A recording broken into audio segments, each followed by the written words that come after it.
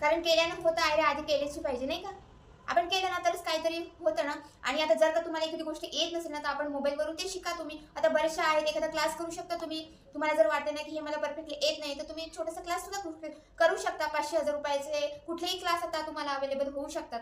तर ते शिकायचे घरच्या घरी आणि त्याच्यातून आपलं काहीतरी एक स्टार्ट. आता नवीन वर्ष बऱ्याच जणांनी असे आपापले संकल्प केले, तर एक हाही संकल्प करा, की मला ही गोष्ट आता कंटिन्युअसली करायची. स्वतःला इंडिपेंडंट बनवण्यासाठी, 4 पैसे कमवण्यासाठी. आणि काही जणांना पैशाची सुद्धा गरज नसते, अशा बरेच जण म्हणतात. तर ठीक आहे, तो प्रश्न एक वेगळा झाला.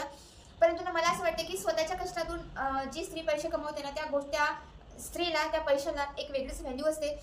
आणि घर, मुलं सांभाळत असताना ना, ह्या गोष्टी आपण आपली स्वप्नांना नक्कीच जगली पाहिजे.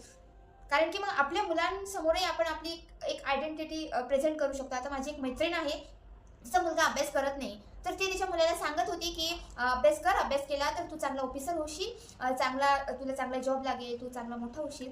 तर त्याने माझ्या मैत्रिणीला काय उत्तर दिलं माहिती आहे? तो म्हटला, "तू एवढी शिकली तर तू काय झाली?" मुलं बघा कुठल्या, आता तो मला वाटते 3रीला 4थीला आहे. तर बघा मुलं म्हणजे आता अजून ते मोठे झाले नाही तरी ते आपल्याला काय बोलू शकतात. मग आपण मुलांपुढे काय प्रेझेंट होणार आहे? माझ्या एका मुलाची आई, नवऱ्याची बायको, सासू-सासऱ्यांची सून, यांची मुलगी, यांची बहीण, एवढीच आपली आयडेंटिटी आहे का? नाहीये. तर ती आपल्याला बनवावी लागेल.